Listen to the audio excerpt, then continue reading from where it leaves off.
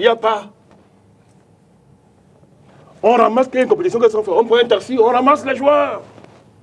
On vient les aligner, mais il faut être sérieux. Où est-ce qu'on fait ça dans le monde? Où est-ce qu'on veut gagner sans politique sportive, sans jeu, sans une démarche de construction d'une équipe sur 5, sur 10 ans? Où est-ce qu'on a vu ça? L'entraîneur sénégalais nous a dit que moi j'ai fait mon modèle en vous imitant, vous, les Camerounais. Il a dit, mais ça lui a pris 10 ans. 10 ans. Donc il n'y a pas ça. Donc quand on a fini de dire ça, on peut maintenant revenir sur des raisons factuelles aussi. La défaite de Lyon hier, c'est la punition, une malédiction qui vient de ce que vous avez voulu humilier Onana.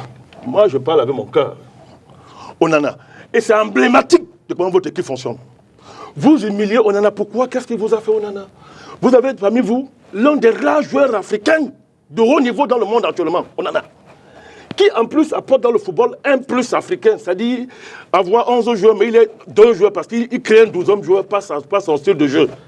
Ça lui crée des problèmes, mais c'est un leader, ça. Voilà un gars qui a envie d'innover. Il a encaissé 2 buts. Hein. Ça a commencé. Parce que la défense... Vous avez commencé. Je vous dis pourquoi vous l'humiliez. Vous ramassez un joueur qui joue en 3e division.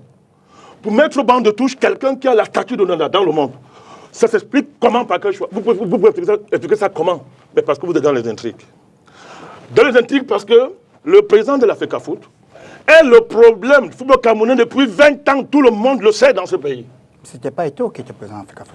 Le problème du football camerounais, il a un nom, Samuel Eto'o. C'est un petit frère pour qui j'ai un profond respect.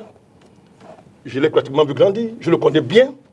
C'est un joueur exceptionnel, il nous a fait rêver. Oui. Mais mettez ça de côté, même quand il était joueur, il rendait la vie impossible dans le groupe. Monsieur Samuel Eto'o ne sait pas ce qu'on appelle un groupe. Il est devenu président, c'est plus grave. On ne peut pas construire le football dans un pays sur le principe qu'on va célébrer quelqu'un, le culte de la personnalité. Vous avez déjà vu ça où? Pourquoi vous tournez autour du pot? C'est ça le problème. Où est-ce qu'on a vu un banc de touche à voir les talkie-walkies? C'est une armée? C'est une armée, ce sont des militaires pour voir les talkie-walkies au banc de touche. Pourquoi? Mais parce qu'il y a quelqu'un qui est perché dans les tribunes qui doit commander tout. Mais comment vous savez que c'est lui qui appelle de lui? Qu'est-ce que font les talkie-walkies? Allez faire une enquête. Moi, je vous dis. Bon, allez enquêter ce que dit faux. Les habitués ont les micros. Hein. Je n'ai pas des habits, je vous ai parlé de banc de touche. Oui, enfin, c'est pour dire que... Je vous ai parlé, monsieur Yout. Monsieur Yout. Moi, ici, dans la continuité de votre bilan. Oui, oui.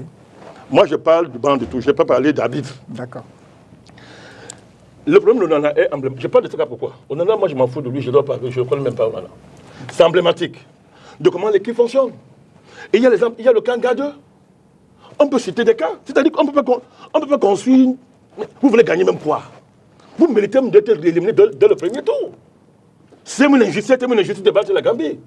Parce que qu'est-ce qu'on va célébrer après? Si on remporte la CAN, là, on va célébrer quoi?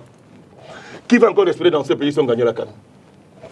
Tout le monde sait que le problème des joueurs, actuellement, c'est le culte de la personnalité autour de Samuel Eto'o, qui ne veut pas des joueurs charismatiques, capables de tenir la tête, de tenir tête. Mais aucune équipe au monde ne fonctionne sans des joueurs cadres, des joueurs charismatiques.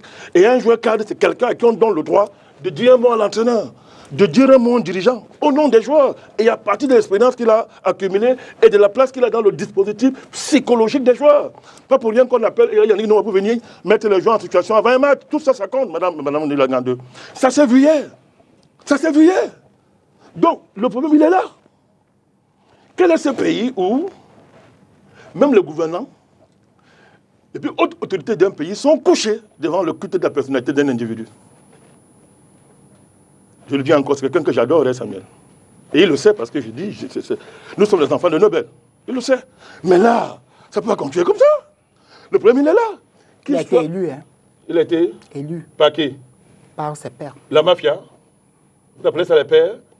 C'est une mafia. C'est une fédération à dissoudre. Si on veut faire les choses sérieuses, on dissout ça pour 10 ans.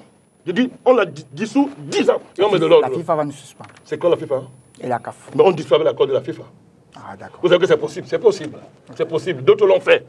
On le dissout 10 ans et on organise notre football. Au bout de 10 ans, vous allez voir les résultats. Avec les talents que nous avons, vous verrez le résultat.